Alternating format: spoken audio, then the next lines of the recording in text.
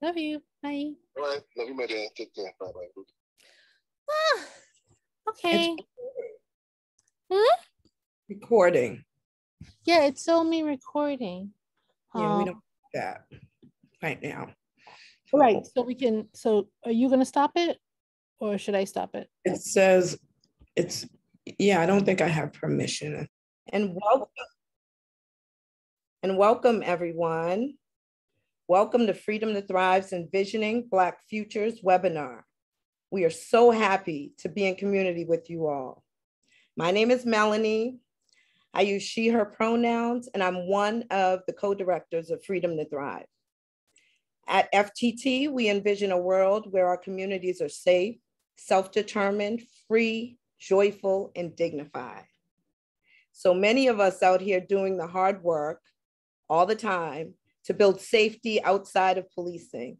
And it is equally important for us to have the space to dream as impacted people. And that's why we're here. And that's why we're excited about this evening's program. We hope that you enjoy our amazing guest, speaker Walidah Imarish. Let me take a moment to introduce you to the rest of the squad. Our other co-director, Catherine, who I often call my co-D, will be supporting throughout the program. And Ajay, our digital organizer, will be moderating this conversation this evening.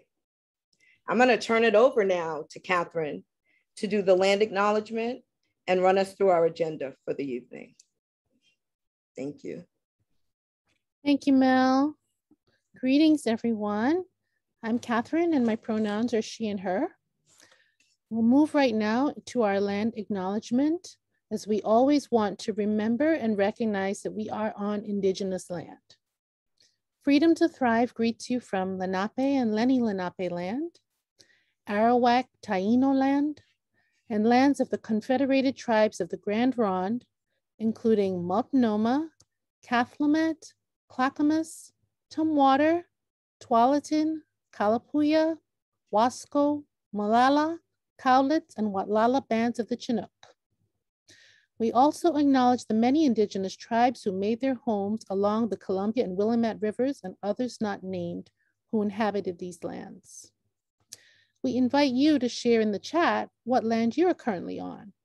If you are not sure, we're going to put a link in the chat and you can click on it to find out.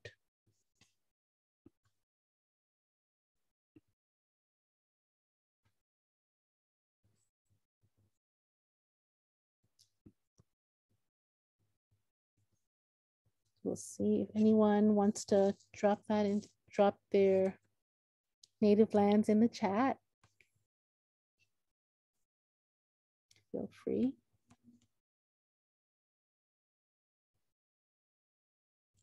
Okay, we see Wampanoag, Ho-Chunk, Wyatt, Atfalati, and bands of Chinook, Piscataway, Lumbee, Cherokee, Geauga. Someone on Kalapuya land who is also Umatilla, Nimipusak, and Fox, Tongva.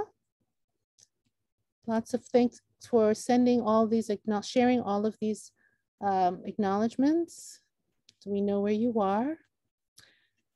We also want to acknowledge that we stand on land built on slave labor of stolen Indigenous African people, brought to Turtle Island and the Americas through the Ma'afa, the transatlantic slave trade. We recognize the continued contribution of their survivors. We acknowledge all immigrant labor, including voluntary, involuntary, trafficked, forced, and undocumented peoples who contributed to the building of this country and continue to serve within our labor force, including all unpaid caregiving labor. Now I'm going to run through the rest of our agenda for today really quickly. Ajay is going to provide a formal intro to our guest of honor, Walidah. And after a discussion, we're going to take questions from the audience. If you have a question, we ask you to type it into the chat, or you'll be able to raise your hand and ask your question directly. And then we'll close. It's going to be a wonderful program. I'm looking forward to it, and I'm going to turn it over to Ajay. All right, thank you for that. So I am Ajay, also known as Jay, and I'm a digital organizer with Freedom to Thrive. I've been there since, I think since 2018. Walidah Imarish, as many of you I'm sure already know, is an educator and a writer. She's the director of the Center for Black Studies and associate professor in the Black Studies Department at Portland State University. She's also the co-editor of 2 anthologies, the Octavia's Brood science fiction stories from social justice movements. That's a great anthology. I definitely recommend it. If you don't already have it, go read it. It's incredible. And the other anthology is Another World is Possible. And Walidah is also the author of Angels with Dirty Faces, 3 Stories of Crime, Prison, and Redemption, which won a 2017 Oregon Book Award. And she spent 6 years with Oregon Humanities Conversation Project as a public scholar, facilitating programs across the state about Oregon Black history and other topics. In 2015, she received a Tiptree Fellowship for science fiction writing. And in the past, she's taught at Stanford University, Oregon State, and Pacific Northwest College of Arts. So thank you so much for being here. Walidah, let me make sure you're spotlighted. Great. Oops, what happened? Okay. And so I read an interview that as a child, you wanted this superpower of being a living library. So this, having this access to like any document in history. And it sounds like you were like me, as a kid, like super passionate, very nerdy about history. And our work at Freedom to Thrive, we recognize the importance of knowing history for the sake of, learning from previous struggles, but also learning from maybe previous victories in movement work. But I was just wondering if you could tell us a little bit more about your personal connection to history, to the past, and just how that's shown up in your work. Yeah, thank you so much, Jay. I'm so excited to be here in conversation with you and with Freedom to Thrive, which is an amazing organization. I'm excited to hear more about your work and be in conversation, how that relates to my work as well. So the Living Library is a special superhero I imagined that really would be able to know anything that was written down in human existence. So obviously all the information from history, but also all the information from the present. And I sort of conceptualized of that because, superheroes, I think the best ones, they have these powers, but they also are tormented by them. And I think that idea of knowing everything good and bad about humanity is, to me, felt like that kind of thing that obviously would be very useful and could be used for the benefit of humanity, but also would mean that you had to hold and be aware of the worst of humanity constantly as well. You didn't get to pick and choose. And I think that is, to me, part of the study of history is about holding all of those complexities, contradictions that exist in power inequalities, and just the complexities and kind of inherent contradictions of being alive, and certainly especially alive under capitalism and oppressive structures. And so, for me, I am both a historian and a futurist, and I don't think about those things as separate. I think of them not even as related, but really as the same thing. And so, I think that we absolutely engage with the past, and we are sort of communing with the past while we are building the future.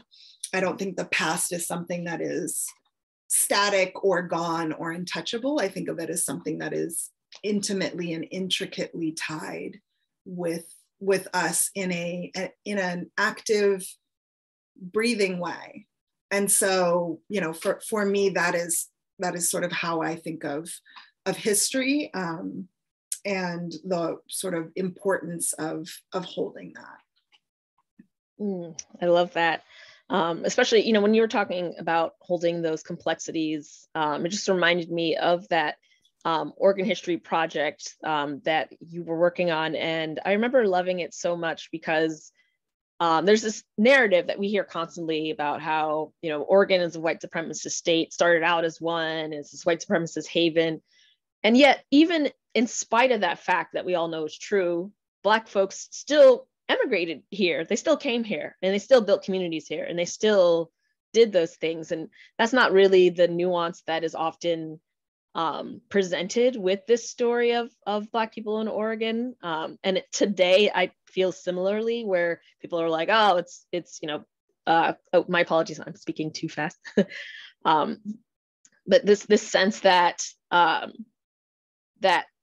yes, there is this white supremacist history there, and also acknowledging that people still came here and still did something, you know, in spite of you know, all of the things that were against them. And I mean, that was my favorite thing about your project specifically. And that was one thing that I really appreciated about it.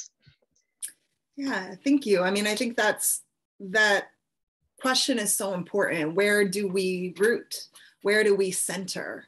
And, you know, I think when we so rarely talk about white supremacy, about the histories of oppression in the sort of mainstream society.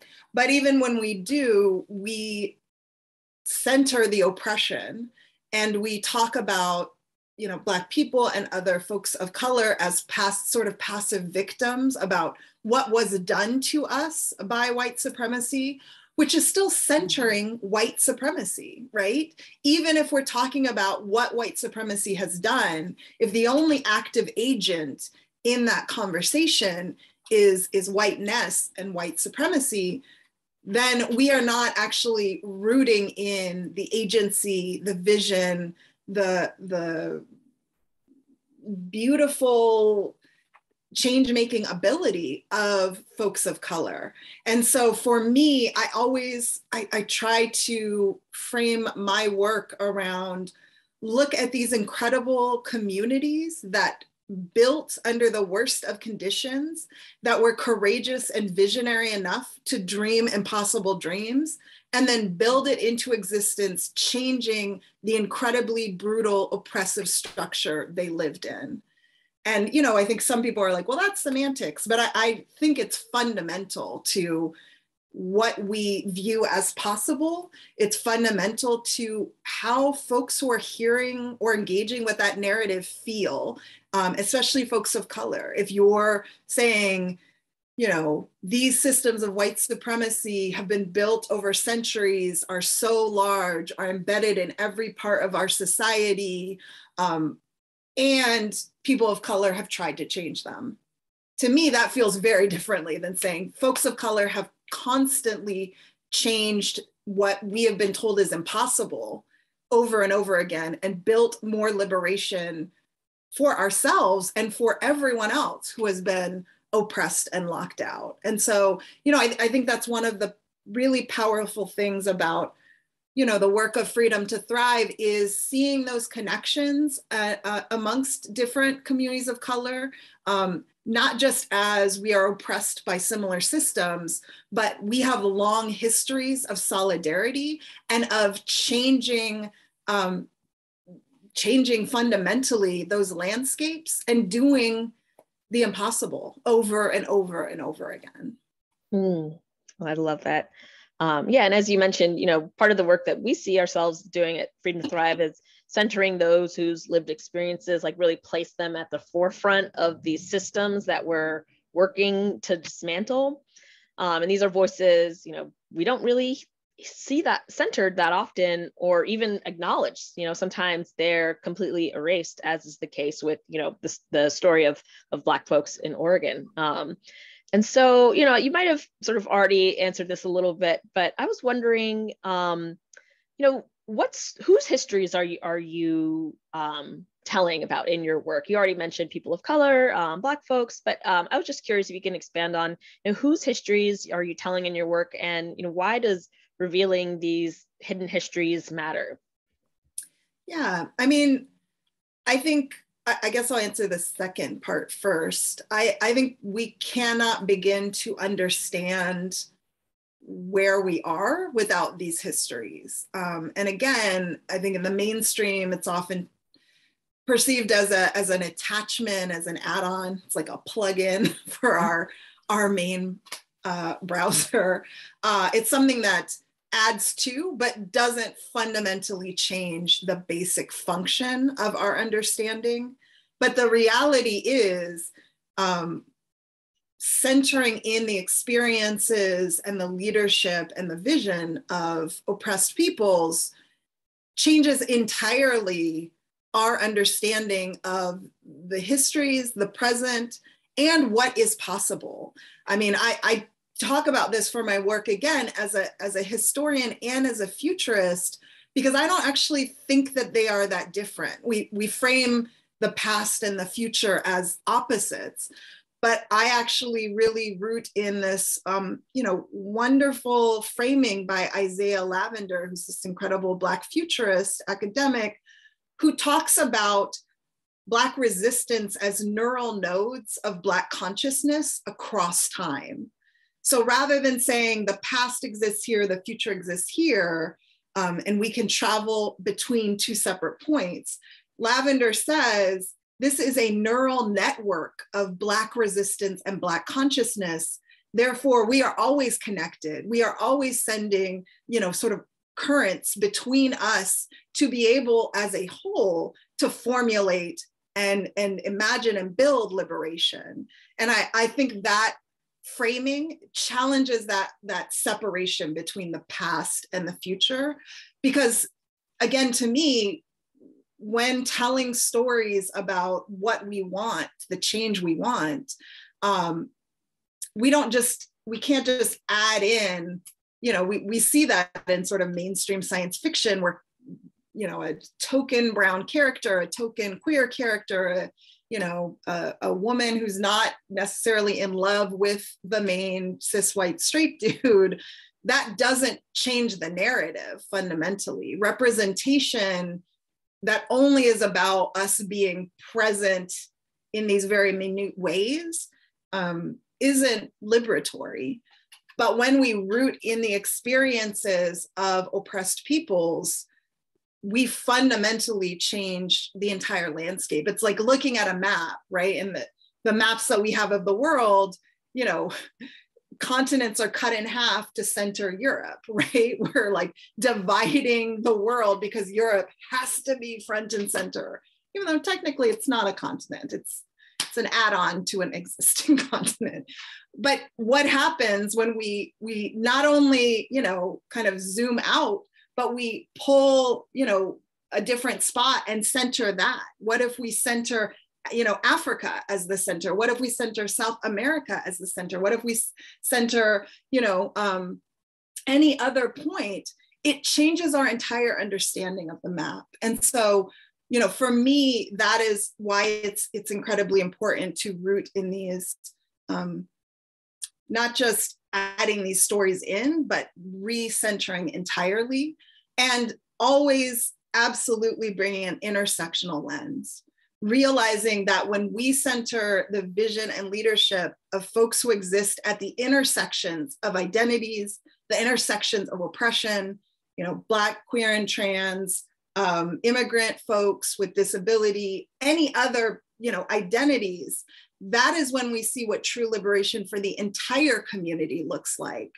And because all of our sort of separate needs are being represented, are being expressed. And what is happening is not just one new way of doing things, it always results in a multiplicity of entry points that allow all of us to be able to come in whatever kind of direction or position we're entering from. So, I think we have to center not only the experiences. I think that's part of the problem is folks are like, tell us your story. it's not just about telling you my story, it's about recognizing that story as expertise that leads me to an analysis that you need to center to figure out what is the path or the paths forward. And so, you know, I do that again for my futurist work because I'm a historian, and I know that is how real change happens. When we study any historical movement for change, for you know, radical movements, liberation movements, we know that it is, you know, the folks at the intersections of identities who, they're not the ones, you know, who are necessarily making the speeches, who are being put forward as the leaders, unfortunately, but they are again and again the folks who are continually pushing further and, you know, demanding the impossible, and then helping to make that possible lived reality for everyone around and after them. Mm-hmm. Yes, that's incredible. I was thinking specifically about how you mentioned the neural networks, and you know, some of the other complex concepts you mentioned. They reminded me of the circular conception of time that a lot of non-European cultures, specifically indigenous cultures, often, you know, that's part of their worldview, is a circular conception of time as opposed to linear conception.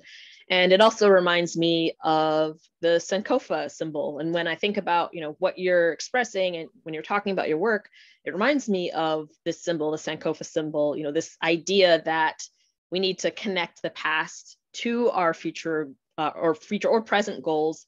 You know, this, and for those who might not know what the Sankofa symbol is, it's basically a bird that is kind of turning its neck to look on its back. And the idea is to, you know, look back in order to be able to progress forward. And the sentiment around this idea is that we have to understand the forces shaping our world so we can be, you know, more effective agents of change and agents in our own destiny. So, you know, I know that you've kind of address this a little bit here and there, but could you explain a little bit more about how you're connecting the past with the future in your work? Absolutely. I mean, for me, fundamentally, that notion you talked about of the way pretty much every culture of color views time as fundamentally different than linear time is central to that. To me, the notion of linear time is one that is intricately tied to capitalism. It's intricately tied to exploitation. The point of linear time is to sort of trap time, to be able to then parcel it out in these set increments that can then be commodified, made into a product that can be traded. Right? So we're taking this intangible existence and making it into a thing that we trade. And every single one of us does that in some way under capitalism, right? We are trading our time for the resources we need to survive under this. But that is not the way again, cultures of color, non-Western, kind of colonial understandings of time work. And I think, it's circular, it's sort of scattered. I often think of it, sometimes some of the, more traditional notions of time in some African communities are kind of more like a starburst. So I think it becomes hard for us to conceptualize it, given that we've always been told, it's just this straight line. But however we imagine it, it's not a straight line, right? And it doesn't just flow in one way, and it's not consistent. And now, white Western thought agrees with that, because they have an understanding of what they call quantum existence. And they're like, hey, y'all, did you know time is not linear or consistent? It doesn't just flow in one way. We're all like, yes, we did, but we're glad you know it now. But, I think for me, and I think for many especially Black folks in the African diaspora who were forcibly, relocated because of the brutalities of slavery, that notion of Sankofa is very important, right? As you said, Sankofa is a West African Ndinkra symbol that translates to say, go back and get what you've lost. And for us, go back and get what was taken from you. So that notion that the past is never lost to us, that it's not only waiting, my conception of it is that the past is kind of continually reaching out to us, trying to, to break through that linear time barrier and say, we've been saving this for you. We know you need this.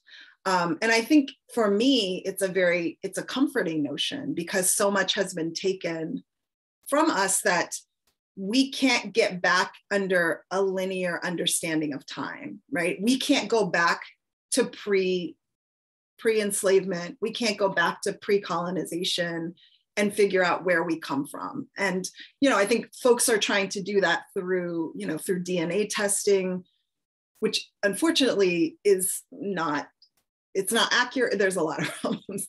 I would encourage people not to do that. A, it's inaccurate. That's not how DNA works. But also B, they're creating databases that might get someone you love incarcerated because they have your DNA on file. So, side note.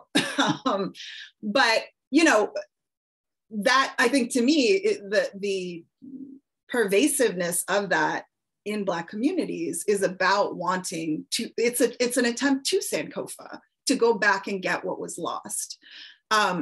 But I don't think that we need sort of these very flawed Western science-based solutions to a problem that was caused by Western science-based, realities and histories. I think instead, we have our own ways of knowing and understanding. And so I think rooting in that, it's a continual process. It's not something you're like, whoa, I'm decolonized. That's right. Right? It's like, check. Unfortunately, we were all in some way indoctrinated with this information. This society attempts to embed it in us even before we get here. And every day society is trying to reinforce this. So it's sort of a continual process of decolonization. It's not a destination, it is a process. But I think that process is in and of itself a joyous act because we're continually getting closer, I think, to the past and the future at the same time. And again, I believe both of those are reaching out. If we're reaching out to the past and we reach out to the future, there's no way that folks in those timelines are not doing the same to us, right? And we know that for certainty because we can go back and read what, formerly enslaved or, enslaved Black folks were writing. And they were often thinking about us without knowing us, without naming us. They were thinking of us. There's no way, I think, in the future, again, they won't know our names or our faces, but there's no way the future, the liberated futures we dream of right now are not thinking about us and reaching back. And so, or reaching through, challenging linear time, it's not back, reaching through. And so I think that mindset allows us to feel less isolated because I think just the last piece, I can go on about linear time for a very long time about how oppressive it is. But I think the other piece about linear time, the notion that time only goes in one direction and that you can't jump time, is that it traps you in the present. Really, it says the past is unknowable. You've gone past it. You can't go back. The future is unknowable because you can't jump ahead. All you have is the present. So just get whatever makes the present as tolerable as possible and try to be content. That is a colonial capitalist mentality, right? That notion, because then it leads to, well, what things can make me feel better just trapped in the present? Then they're like, well, here are products, here are things to buy, here are ways to spend money that you have to sell your time to us for. So to me, it is a very much a, it is a capitalist notion that is set to trap us. And we have to practice being able to transcend that, because again, beyond that is true liberation. That is so true. And, I agree that there's definitely this focus on the present and this feeling of like being trapped here. But to me, it seems like there's also maybe, a focus on the future to the detriment of the past, or like ignoring the past and only looking towards the future. And for me, it's such a contrast when I think about like Western sort of spirituality and, how that functions in terms of like, always look for heaven, look forward towards heaven. And, like, yeah, you're doing good works, but you're doing good works for this, goal of being in heaven someday. Like you're very much looking forward, and that forward is not anywhere near the present. It's not anything like the present. In fact, the present and the past are going to be just, wiped away as soon as this future exists. Versus, in the spirituality I practice, which, is Ifa, there's this idea that it's not just that, they're connected. It's that like your past, like your ancestors are literally you. They are you. They are a part of you. And that there isn't necessarily a separation between the past, present, and future in the way that we understand it today, in our kind of capitalist society.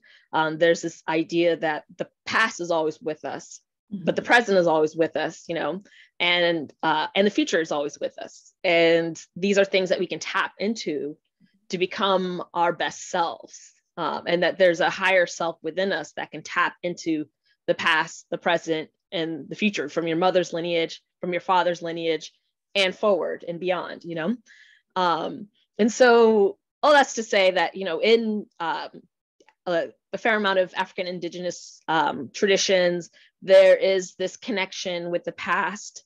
But you also had this quote recently that talked about how Blackness has always been rooted in futurism.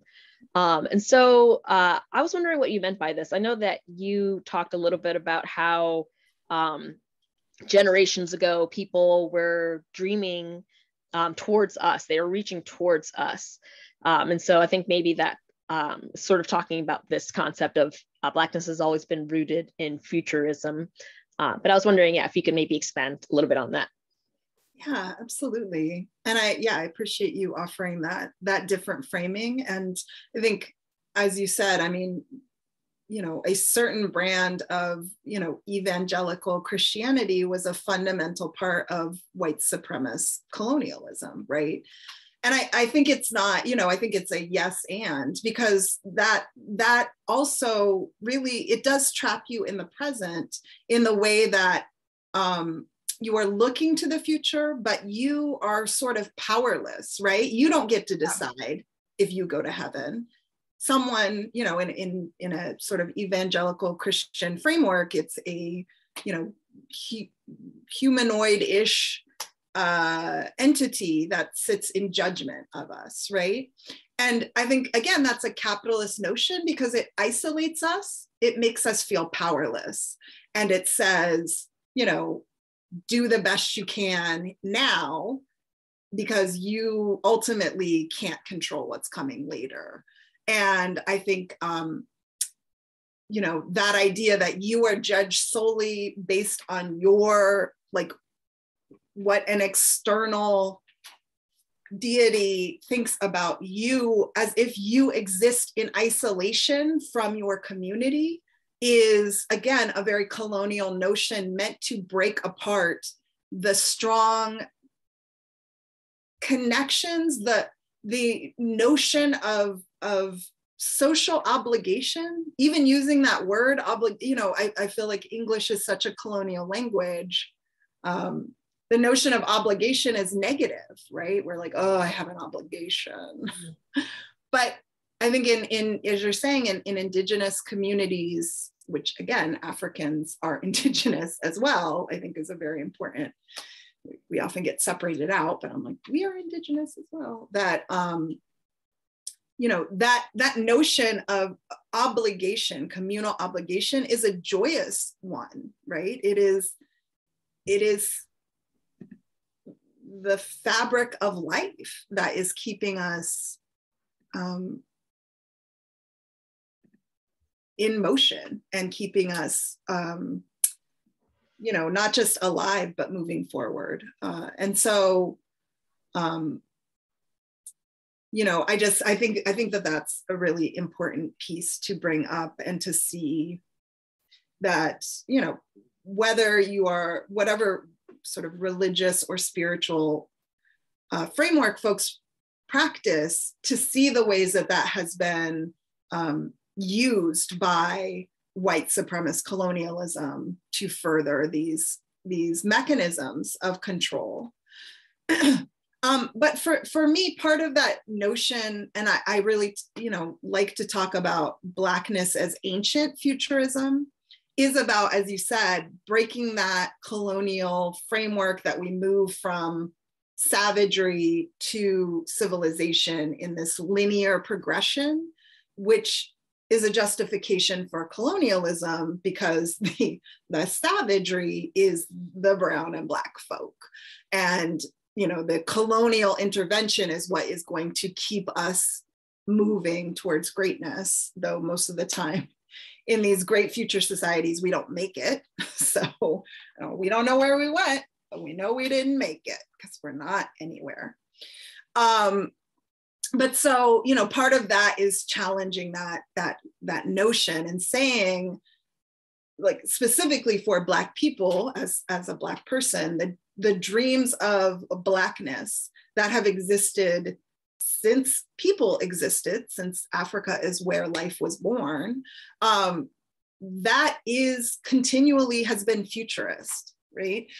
The idea of writing or mathematics or, any of the things that were like, these are just basic things, at one point did not exist. And folks were like, hey, I bet there's a way to calculate the movement of the stars. And other folks were like, what are you talking about? You cannot do that. That's wild. That's the stars. We don't deal with that. And then someone was like, oh, I did it. And I just changed the world, by the way. So, that notion of visionary futurism, to me, is inherent in Blackness. And I like to frame it in that way for two reasons.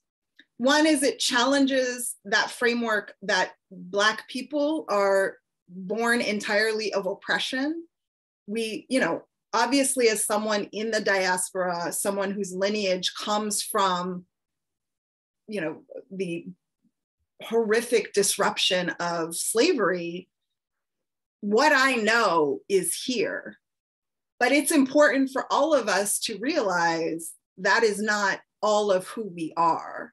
And that the pieces that, white supremacist capitalism worked so hard to strip us of are those pieces that are a foundational part of that ancient futurism.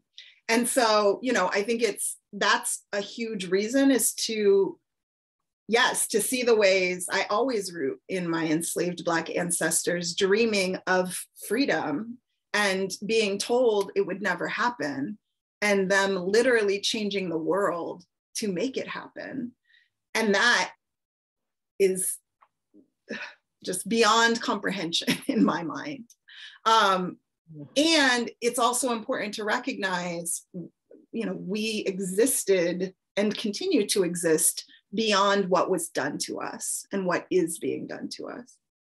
The second reason I like to talk about Blackness as ancient futurism is because I think, sort of Black sci-fi or Afrofuturism is something folks think of as something new, as, you know, I mean, the term Afrofuturism was officially coined by a white academic in the 90s. And so folks are like, well, that's when it started.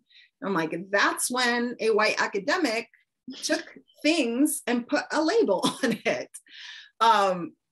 But this is something we've been doing not just for centuries, but for, you know, millennia upon millennia, for eons. And I think it's important to root in that because, you know, especially with sort of a mainstream explosion of Afrofuturism, Black science fiction, you know, kind of absolutely traced to Black Panther. I'm like, there was BBP and ABP before Black Panther and after Black Panther as a Black nerd. The public reaction to Black nerdery shifted starkly. I remember beforehand, I would be at conferences, Black conferences, and say, you know, I'm Black sci-fi nerd, and folks are like, and there'd be the like 10 people who were like, yeah, I see you, my people. We're talking later. But I remember I presented at this conference that was rooted in Black spirituality, actually, soon after Black Panther, and I was like, I'm a Black sci-fi nerd, and people were like, yeah! And I was like, what is happening? This is amazing. So, you know, I think, again, I'm always saying yes and, because I don't think it's not about no, that's not important or valid. I want to just keep expanding. And so obviously Black Panther was an important moment. The work in the 90s by incredible Black visionary, you know, fantastical creators is important, but this is not new. And this is something that I believe is in, you know, the DNA of Blackness. And those are the two reasons I think it's really important to kind of continually try to recenter in that, rather than being sort of trapped in these societal frameworks or definitions of what we are, because external definitions of what we are often lead to external definitions of what we can do and who we can become.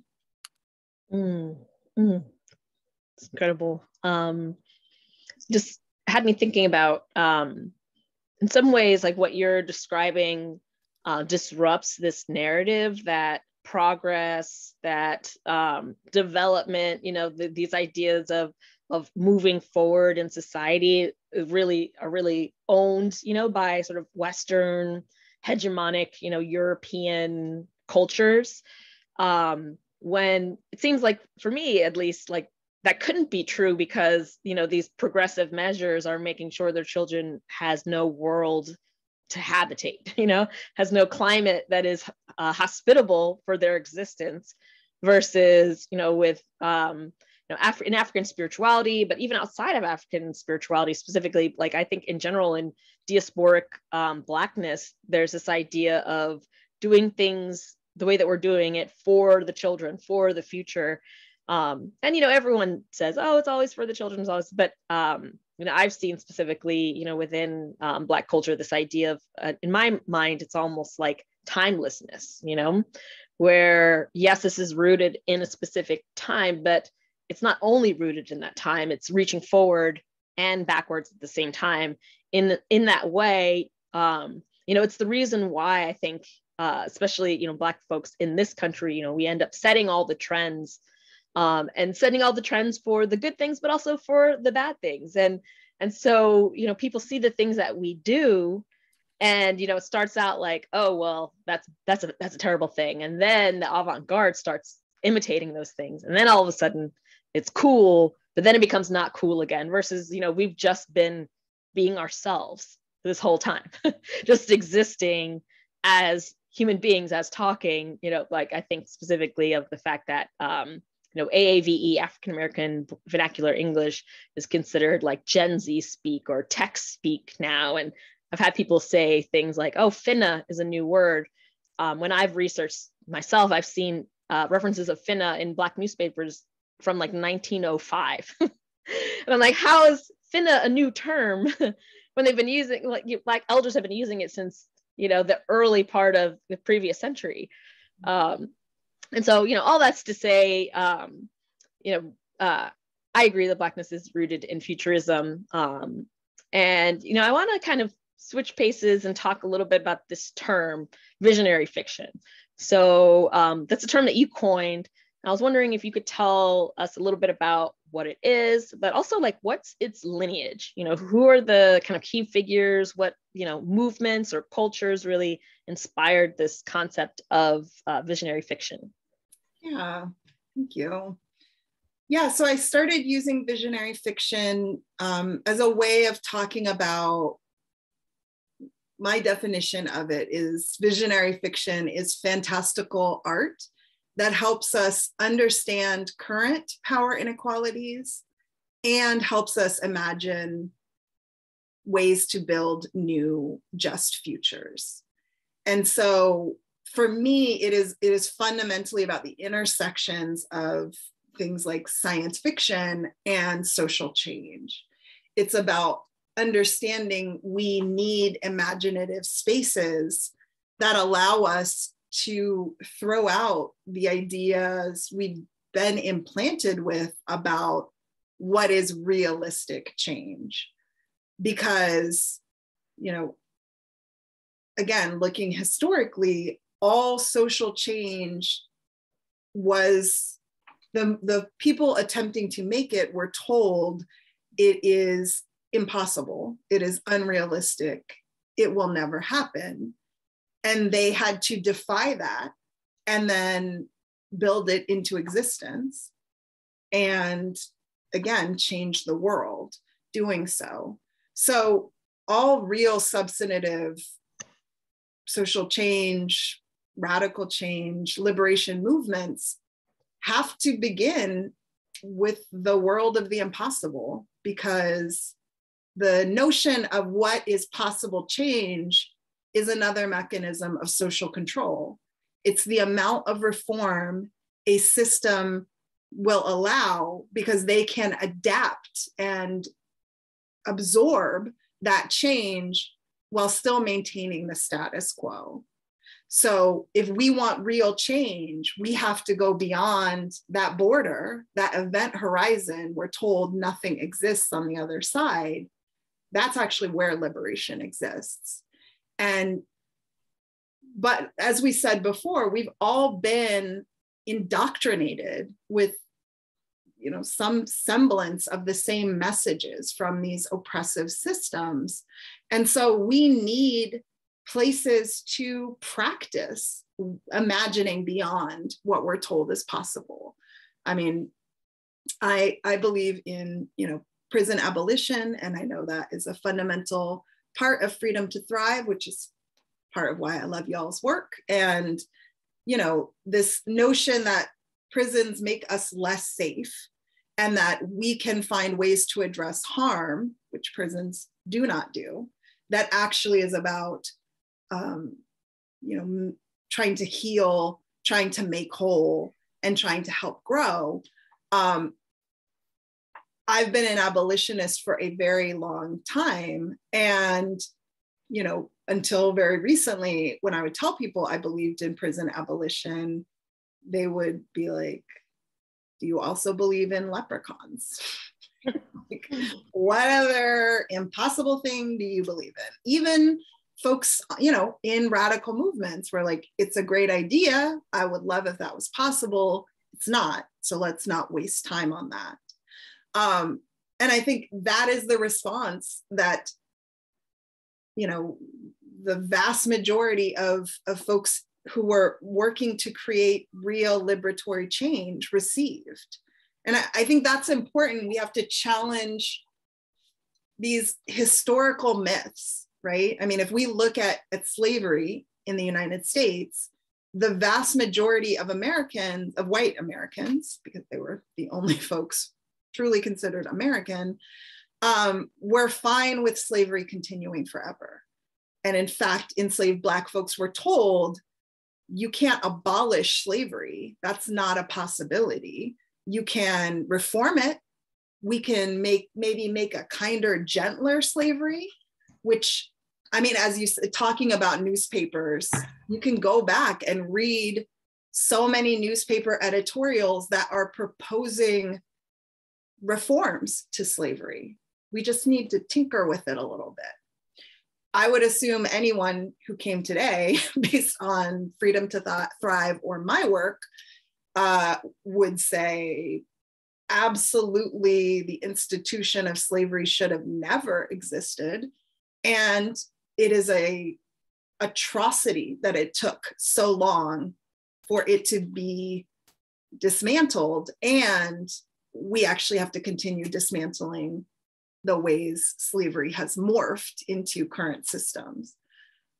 But, you know, I believe that in 100 years, folks in the future will feel the same way about prisons and police. That should have never existed. How could they have let it happen? And dear God, why did they let it go on for so long? But we, in this moment, can't imagine that, because we have been told by everything in our society, you cannot exist without prisons and police, right? And so imaginative spaces that take us out of reality allow us to expand beyond what we think is possible. So we can go and, you know, it really takes so little, I found. If you describe the exact situation happening in this country, but you're like, oh, it's on a different planet and there are green people and blue people, folks will be like, yeah, all right, okay. And then you're like, should there be things where they put people in cages for control and exploitation? And folks are like, God, no. What kind of messed up civilization is this planet? They should do better, right? And you're like, yes, they should. Should. You know, but I think that break from I really think of it as the borders set up around our liberated imagination, because, you know, I think the border becomes a useful understanding because of the ways that it is supposed to be, you know, impermeable in the same way prison walls are supposed to be impermeable, the ways that it is policed and maintained. We have to break through that to actually be able to imagine, because we can't build what we can't imagine. And so for me, visionary fiction becomes a tool for that. It becomes a way of beginning to open up that imaginative space. We still have to do the work of building it into existence. It's not enough to just be like, oh, I wrote a book about a society without prisons, so I'm done, right? Like, we actually have to do the organizing work, as Freedom to Thrive is doing, to build that into existence. But if we don't have a framework or a vision for what we want, we are just going to replicate the very system we are fighting against, because we will have no other materials. We build out of what we have on hand, and we need to be gathering materials and building those different structures while we are also trying to tear down the existing oppressive structures. You know, as you were speaking, specifically when you were talking about, you know, writing stories about what's happening right now, but with blue people and et cetera, it just had me thinking about a criticism I often see of Margaret Atwood, specifically The Handmaid's Tale. And you see how, you know, white feminists have like clung onto The Handmaid's Tale as a symbol of, you know, of the pro-choice movement. But I've seen many Black activists say she just described what already happened to Black women, like, for hundreds of years. Like, what she's describing is not actually a future. It's a past. It's something that has happened to us already. And, you know, maybe certain populations, you know, need to see it like as like their own population experiencing this thing. But at the same time, if you read The Handmaid's Tale, some of other works by Margaret Atwood, the solution to this society is always an individual hero. And often that individual hero doesn't actually change the society, they just escape it. And maybe they escape it with a family member, or maybe they escape it and they see a family member. But there's not this sense of a society changing, of collective liberation. There's just like this one individual that is one white woman who's experiencing what many Black women have experienced and do experience. And she runs away to freedom, and she's a hero for that. Versus, visionary fiction maybe would be about imagining a completely, new world altogether that affects more than just the one hero. Is that something you would say is like maybe a fundamental difference between like mainstream sci-fi and visionary fiction? Or what is the difference between those two, if there is one? Yeah, I mean, the two main pieces of visionary fiction, like how do I know it when I am engaged with it, are around identity and power. And so, as I said before, visionary fiction centers the vision and leadership, the experiences of the most oppressed. That's how we are entering the narrative. It is intersectional. And I always use the example of the original Blade Runner, which, I saw it as a kid and didn't like it. I had a reaction and I didn't know why. And, part of it is the different pacing of films then. It is quite slow. But, it wasn't until I saw it when I was older that I realized it's because we are seeing this narrative through the eyes of a slave catcher. Right? The narrative of Blade Runner is set in a future where androids called replicants, which have emotions, have desires, have needs, just like humans. They're just manufactured in a different way than humans, who are also manufactured. They're created to be tools, to be less than human, to be enslaved. And when they reach their expiration date, they die. And so you have the main character, Deckard, is a Blade Runner who is a slave catcher. His job is to chase down and murder replicants who have escaped slavery. And for, everyone is, almost everyone is white, and all of the replicants are white. But I certainly realized I identified with the position of the replicants, and I rebelled against being asked to in any way sympathize with this brutal slave catcher who is murdering people who are trying to get the freedom that he takes for granted every day. And so in that narrative, right, adding in, like switching to the perspective of one of the replicants, especially Pris, who is the female replicant, who is called a pleasure bot. So you already know the kind of gendered horror that she has experienced on top of, and again, that's the intersectional identity, right? She's expected to do the same work as the other replicants, and then she has this additional gendered violence happening against her. A story from her perspective would show Deckard as a monster. We would never think to in any way sympathize with him. We would rejoice in his death. and we wouldn't feel complete without him dying at the end. We would be like, no, he needs to die because he is a horror. So, I think that piece around identity, as you're saying, is key. So it's not, it's sort of, the kind of opposite you're saying. It's not about putting white characters in the positions that are already occupied by real world Black and brown folks. It's about actually centering the real experiences of those folks who are most oppressed. The other piece, so there's identity, and then there's power. So it's about making clear the systems of power. But I think the hardest part and the biggest part is about imagining different relationships to power. So it's not just about, we want to vote a progressive candidate into the presidency. That isn't visionary fiction. It doesn't fundamentally change the relationships of power as we've seen. And, you know, so instead the idea of changing power is about how do we collectively share power? How do we share power in a way that recognizes the humanity in each of us?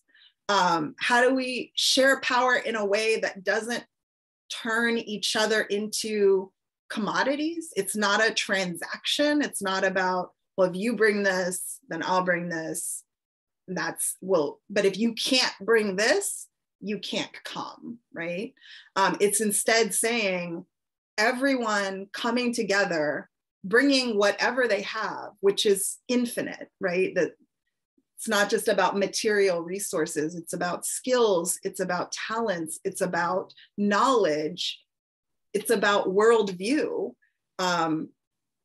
Everyone bringing what they have, we will have more than enough. We will have an abundance of what we need to not only dismantle this existing power structure, but to build one that actually is a collective communal engagement. And so that to me is the difference between visionary fiction. I'm always about saying yes and. So I think obviously we should critique things that are problematic. But I also think if there are many things within stuff that is problematic that we are drawn to, that we can use. You know, I think we all have sort of, especially in terms of art or culture, we all engage with mainstream popular culture in some way. And I would be hard pressed to think of anything in mainstream popular culture that is not problematic, right? So I don't, you know, it's not about purism. I don't think, you know, again, humans are complex and contradictory, and we always will be. We're never going to reach a utopian point where we do not still have work to do. And I think that's joyous, because it means as we progress, our dreams progress as well. Our dreams are not a static point on the horizon that we are moving towards and will reach. Our dreams should grow as we grow, so that we're always sort of moving towards, you know, towards the sun. And so, you know, I think that there, you know, I love Star Trek. I love Star Wars. You know, I can get down with some Harry Potter. You know, I feel like there are all these things in the mainstream that we are drawn to for a reason, right? I know a lot of radicals who like Star Wars. And it's because that is sort of the first place where we saw a rebellion that was not being vilified, that made it so clear. Do you want to be on the side of the evil empire, or do you want to be on the side of the rebel alliance? Anything with evil in the title, probably, if you think you're a good person, probably not, right?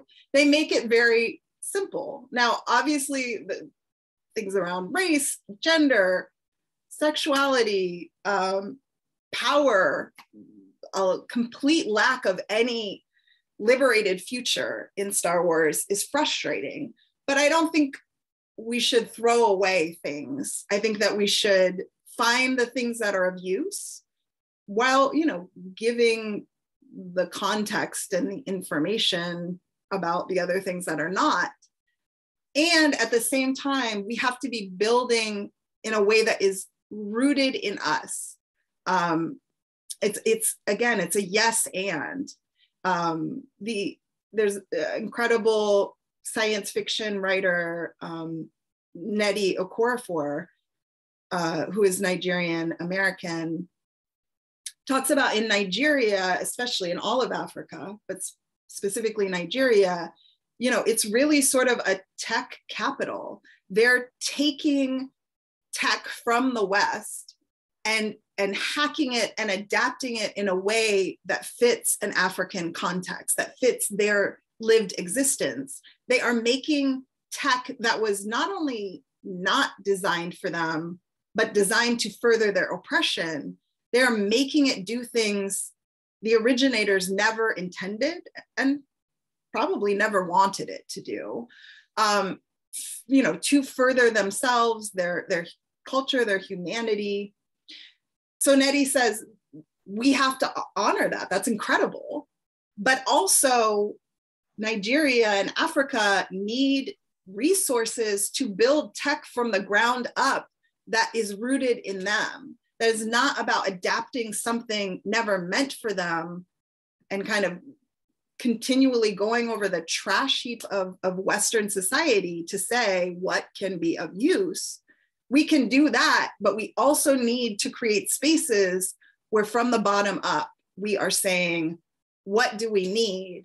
How do we begin building that without adapting something that was actually created to be harmful for us? And so, you know, I just think that's an important framework, because I think what it does is it allows us to, again, to bring those pieces that are compelling and useful to us while, you know, continuing to create those spaces where we are dreaming from the bottom up. And I love this idea of creating our own tech from, like that's not necessarily based on what exists currently. And it just makes me think about Ifa and how the divination system that's based on a binary code. And whenever I know some of my other activist friends think of binaries, we often think of like limitations or, you know, kind of being forced into pegs or being forced to choose. Whereas like the Ifa divination system, even though it's based on a binary code, the same way that computers are, it also in a way creates like infinite possibilities. So the binary doesn't lead to restriction, it leads to expansion in a completely different way. And so this concept of binary itself is, I think, demonstrative, I guess that's the word I'm looking for, demonstrative of this concept, what you're talking about, of being able to build our own technology from, you know, the ground up, because Ifa is a technology. It's thousands of years old technology that still to this day works, you know, and versus computers. And Ifa doesn't take up the entire world to process. It doesn't, you know, require children mining minerals in, you know, dangerous places, quote unquote, underdeveloped places, really overexploited places, I like to say. It doesn't require, you know, nets in assembling factories where people that are assembling the parts of these things are so depressed by the conditions that they want, you know, to end their lives. It doesn't require all of that, but it's still this computational system built on a binary code. So I want to give a little bit of time for Q&A, but before we jump into that, at Freedom to Thrive, you know, we really ground our work in the belief that like another world is possible. As you mentioned, you know, we're an abolitionist organization, you know, and we're also trying to, you know, invest in people and solutions that are building this abolitionist world. So I was curious if you could maybe tell us what world or worlds do you think are possible? I mean, I think anything is possible. Short answer. I mean, I always, I realized I hadn't completed the question before you had asked sort of the lineage of visionary fiction. It's got a very long lineage, both historically and currently. I feel like visionary fiction was an idea I had, and then it really grew deeply with my Octavia's Brood co-editor, Adrienne Maree Brown's idea of emergent strategy.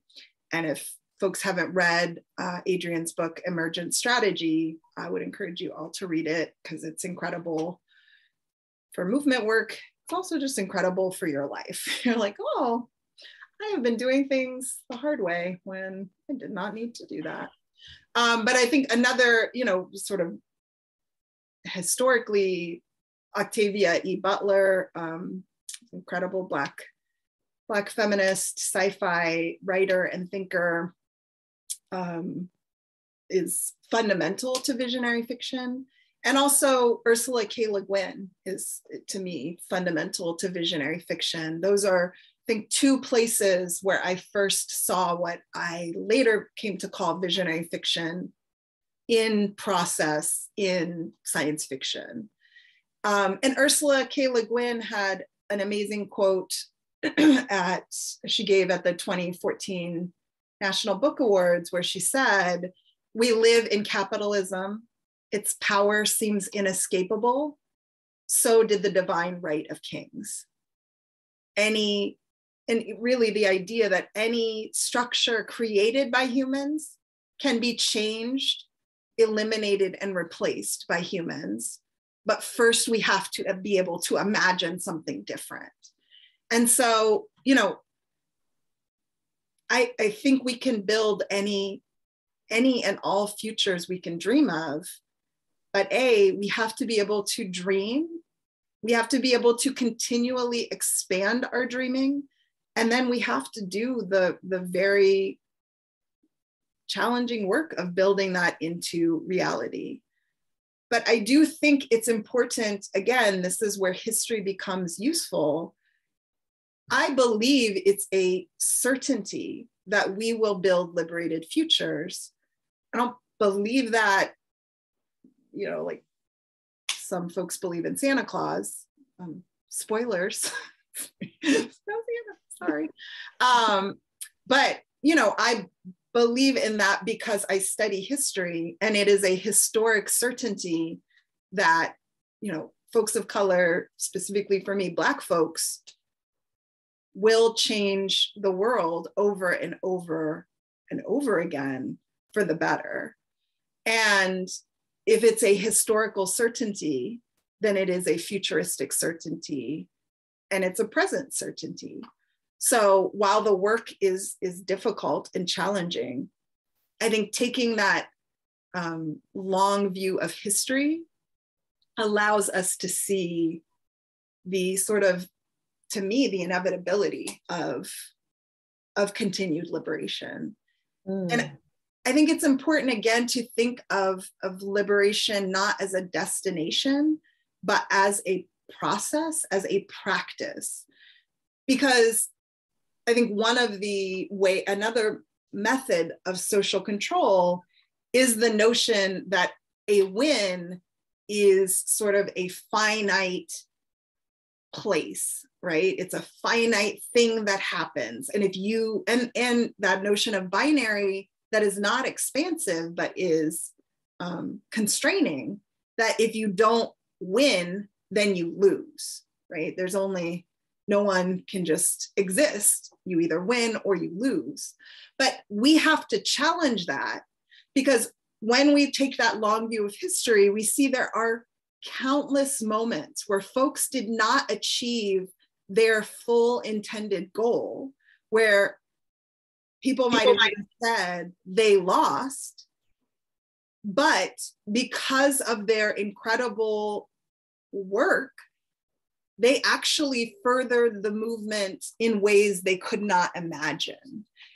Because again, liberation is not a destination. So we're just continuing, in terms of challenging linear time, I like to think of it as us pulling those liberated futures into the present, holding on for them for as long as we can, letting them go when we have to, knowing we will do it again and again. And the goal is to just do that and to keep growing that. We'll never, reach an end for that, but we can certainly, continue to grow our capacity to pull that into existence.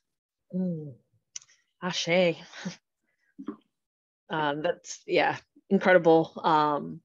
I have so many thoughts, but it's Q&A time. I want to give it a chance to have other people ask questions. If you have a question, you can raise your hand or you can type it in the chat, and we'll do our best to get to you. And I see that someone already has their hand raised. Show, if you want to ask your question, you should be able to unmute. Hello, can you all hear me? Yes. Okay, thank you so much for the talk. It's been very enlightening. My question is, how can we think about time in a non-linear way without being ahistorical or anachronical? Yeah, in the context of research specifically. Yeah. I'm sorry, could you talk a little bit more about your question? Yes, I'm intrigued by what you mentioned about to think about time in a non-linear way, and how things don't necessarily progress in that fashion of like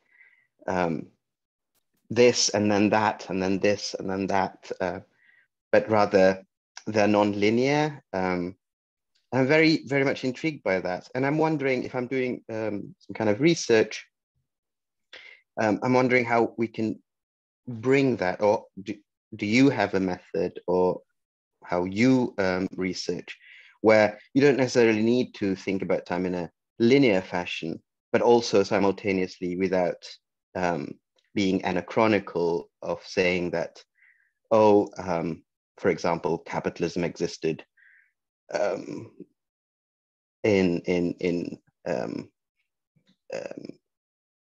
I don't know, 5,000 years ago, or already, like recently, I also heard some people claim that early Muslims are the real capitalists, to maintain this narrative, to Islamophobic narrative.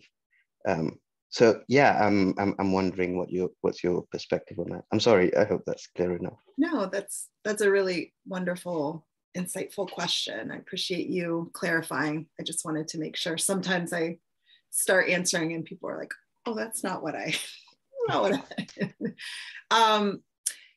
I mean, I think there are a number of answers. I think the first is that anyone who wants to be ahistorical in this way, to deny the realities of what has been, doesn't need nonlinear time to do that, right? They're doing it. They will do it under whatever framework is presented, and it will be false either way. So, you know, I do work around Oregon Black history. Oregon, the entire Northwest of the United States had a Black exclusion law that said Black people could not live here. And the first Black exclusion law in 1844 included the lash law that said we would be publicly whipped until we left the territory, which again was basically the Oregon Territory was all of the Northwest. I've been doing this work for over a decade. I've presented hundreds of times. I have had multiple white people argue with me and say that the Black exclusion law was not about race. I mean, literally say the words, the Black exclusion law is not about race, which I tell people and they are like, how is that possible? And I share that to say, I don't think anyone needs the permission of nonlinear frameworks to create the most sort of convoluted, illogical leaps to maintain and reinforce sort of white supremacist frameworks. They have done that and will continue to do that. And if they use this as, again, using sort of concrete historical framings around something that to me seemed indisputable, that a law excluding people of a specific race and saying they would be publicly tortured until they left, only that race, to me, I felt it didn't need to be stated that it was about race. And yet, because of the need for white supremacy to deny while maintaining itself, folks are able to hold these irrational, I don't even have the words that are appropriate to say in public, these false narratives. So yeah, I guess I would say that is just my first thing, is to create definitions and to create frameworks that are useful to radical movements, to folks who are wanting to make change. If it is unclear to folks who want to make change, then we discuss it and we talk about it. But I personally think it's a waste of time to try to adapt the way we are framing things in the fear that it will be weaponized against us. It will be, right? You know, as Jay said, you know, everything Black folks have created has been stolen and weaponized against us. That doesn't mean we don't create, and it doesn't mean that those things aren't ours, and that doesn't mean that those things aren't beautiful. We hold both of those realities. But I guess for us in our own movements, you know, again, it's the realities of holding contradictions, that time is not linear, and yet our understanding is linear. And both of those things are true. In the same way, race doesn't exist, and yet it shapes every single second of every one of our lives. We have to hold the complexities and even the direct contradictions, and recognize contradictions will continually happen under capitalism, right? So, you know, I think, again, that's part of why I encourage folks to read Isaiah Lavender's work about this, because that idea of a neural network, really a sort of these points in time of resistance are actually part of the brain of Black consciousness, of Black liberation. So each neuron in our brains exists separately, but it is also, when it is connected, that it actually makes sense and is able to fulfill what it inherently wants to do, which is to help maintain this. And so I think that framing, you know, I think, again, mainstream science fiction, as we talked about, vilifies immensely any collective society. I don't think it's a coincidence that a species like the Borg on Star Trek, which is a collective, it's a hive mind. And originally there was no queen. That was added later, I think inappropriately. But it is a collective consciousness, and it incorporates other beings into that collective consciousness. It is portrayed as the scariest opponent that the Federation of Planets ever faced. I think when you say it to me, I'm like, that sounds lovely, to be connected continually with others who have a shared purpose. That sounds lovely. But certainly anyone looking at the Borg is like, that is not lovely, that is the worst thing. So I think that vilification of collectivity will always happen, that false binary, the false dichotomy that we can either be individuals or we can be part of a collective, but we can't do both. It's a lie. in fact, our collectives are stronger when we bring our own individual brilliance to it and make space for that. And again, I think the Borg is distorted, but they do that. The reason they're incorporating other species is for the individual gifts that species brings, that it makes the whole stronger. Which again, when you say it, does not seem like the scariest thing in the universe to me. So yeah, that was my long response, and I hope that answered it. Yes, thank you so much. Thank you, Sho. Yeah, so we're running a little bit short on time. I don't see any more questions. So I'm going to pass it over to Melanie so we can close out. Okay.